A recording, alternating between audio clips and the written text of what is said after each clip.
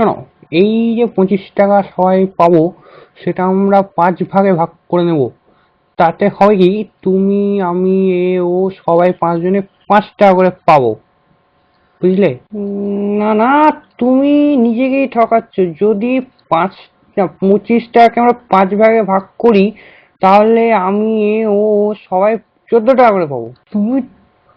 তুমি তো একদম গর্দভ দেখছি। আসো, এইখানে আসো, তোমাকে বোর্ডে কষে দেখাচ্ছি।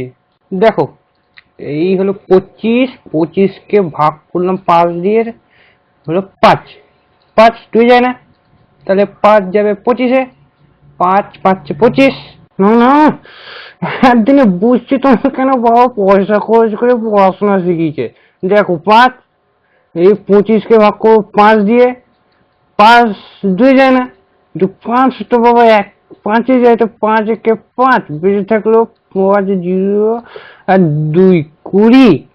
তো 5 20, 4 5 20, তো হলো না? হ্যাঁ, 25কে 5 ভাগে ভাগ করলাম 14 পেলাম।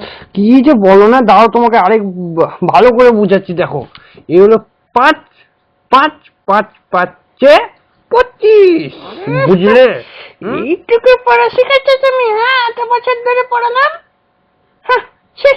14কে 5 দিয়ে গুণ করলাম, 4 5 20, 5 1 5, 20 5 25।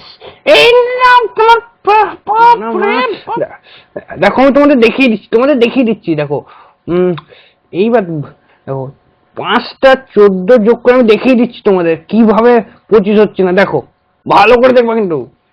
5টা 14 আমি যোগ করবো আর 25 হবে না। দেখো, 4 4 8 12 16 20 21 22 23 24 25 25।